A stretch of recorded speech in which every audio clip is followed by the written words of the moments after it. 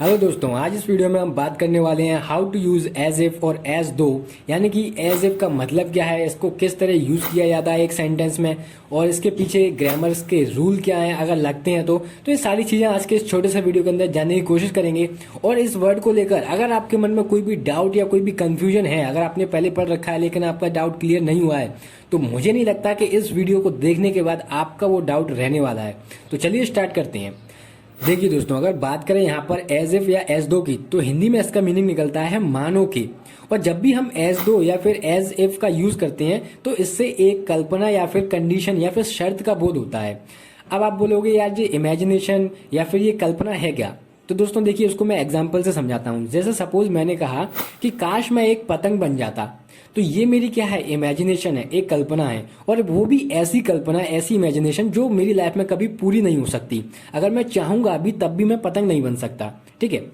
एक बात और दोस्तों, जब हम एज इफ या फिर एज दो का यूज करते हैं तो इसके जस्ट बाद वाला जो सेंटेंस होता है वो उसमें हमेशा क्या रहेगा, पास्ट कंडीशनल टेंस फॉर्म में ही रहेगा। देखिए दोस्तों, अब आप में से बहुत से लोग ऐसे होंगे जिनके मन में ये डाउट चल रहा होगा अंदर ही अंदर कि यार ये पास्ट कंडीशनल टेंस क्या होता है।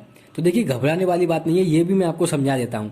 देखिए, पास्ट कंडीशनल टेंस, यहाँ से आपको नाम से ही पता चल रहा है कंडीशनल, मतलब कि यहाँ पर कंडीशन रखी गई होगी, यहाँ पर शर्त की बात की गई होगी। तो देखिए, यहाँ पर एक एग्जांपल लेता हूं मैं। जैसे मैंने कहा, if we had played tennis we would have won. अब यहाँ पर क्या मतलब निकल रहा है कि अगर हम टेनिस खेलते, तो देखिए यहाँ पर कंडीशन उसने पहली लगा दी, अगर हम टेनिस खेलते तो हम मैच जीत जाते। तो इस प्रकार के जो टेंसेस होते हैं उन्हें कहा जाता है पास्ट कंडीशनल टेंस, क्योंकि यहाँ पर हमेशा क्या एक कंडीशन की बात की गई है और एक शर्त वाली बात की जाती है। लेकिन दोस्तों, इसके बारे में हम बात करेंगे किसी अगले वीडियो में। देखिए दोस्तों, वापस आते हैं अपने मुद्दे पर। मैंने क्या बताया था कि जब भी हम एज इफ या फिर एज दो की बात करते हैं तो जस्ट इसके बाद वाला जो सेंटेंस होता है वो पास्ट कंडीशनल टेंस के फॉर्म में होता है। और यहाँ पर क्या है, एक इमेजिनेशन वाली फीलिंग आती है, मतलब कि कल्पना का बोध होता है। अब इसको और अच्छे से समझते हैं कैसे। जैसे फर्स्ट एग्जांपल है, यहाँ पर मैंने कहा he behaves as if he were mad. वह ऐसे बिहेव करता है मानो कि वह पागल हो, जैसे कि वह पागल हो। तो ये क्या है, एक इमेजिनेशन है हमारी, एक कल्पना है। रियल में तो वो पागल है नहीं। ठीक है।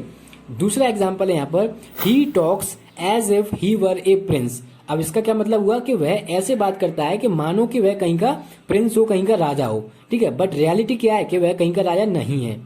थर्ड एग्जाम्पल है, she shows off as if she were a queen. वह ऐसे दिखावा करती है मानो कि वह कहीं की रानी हो। ठीक है। तो इस तरह जो सेंटेंसेस होते हैं तो उनसे क्या है, इमेजिनेशन वाली फीलिंग आती है।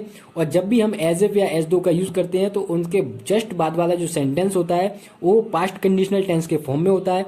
अब यहाँ पर आपका एक डाउट और रह गया, और वो डाउट कौन सा है, तो आप कहोगे कि आपने फर्स्ट सेंटेंस बताया था he behaves as if he were mad. तो यहाँ पर आपने ही के साथ वर का यूज किया है। ही एक सिंगुलर सब्जेक्ट है और वर एक प्लूरल वर्ब है, तो ये कैसे पॉसिबल हुआ? तो देखिए दोस्तों, जब भी हमें अगर सेंटेंस के अंदर इमेजिनेशन वाली फीलिंग लानी होती है, कल्पना का बोध लाना होता है, तो हम सिंगुलर सब्जेक्ट के साथ भी प्लूरल वर्ब का ही यूज करते हैं, तभी ये क्या है, सेंटेंस इमेजिनरी माना जाएगा। ये एक ग्रामर का रूल है। जैसे मैं कहता हूं, I wish I were a king. इसका मतलब क्या हुआ कि काश मैं एक राजा होता। I wish I were A parrot, कि काश मैं एक तोता होता। तो इस तरह के जो सेंटेंस होते हैं वहां पर क्या है, सिंगुलर सब्जेक्ट के साथ भी प्लूरल वर्ब का यूज किया जाता है। अब देखिए दोस्तों, यहाँ पर हम 2-3 एग्जांपल्स और देखते हैं जिससे कि आपका जो ओवरऑल कंसेप्ट है एज इफ और एज दो को लेकर वो बिल्कुल क्रिस्टल क्लियर हो जाए। तो पहला एग्जांपल है यहाँ पर, she talks as if she were a heroine. तो इसका क्या मतलब हुआ कि वह ऐसे बात करती है मानो कि वह हीरोइन हो या फिर एक्ट्रेस हो। दूसरा एग्जाम्पल है यहाँ पर, सोनी मेमोराइजेज एज इफ या फिर as though she were A parrot. तो सोनी इस तरह से याद करती है या मेमोराइज करती है चीजों को मानो कि वह तोता हो या फिर तोते की तरह।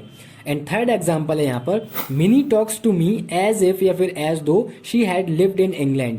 तो मिनी इस तरह बात करती है मुझसे जैसे कि वह इंग्लैंड में रहती हो। तो आई होप यहाँ पर आपका जो एज इफ और एज दो को लेकर जो कंसेप्ट है वो क्लियर हो गया होगा। यहाँ पर मैंने छोटे से छोटे जो डाउट है उनको क्लियर करने की कोशिश की है।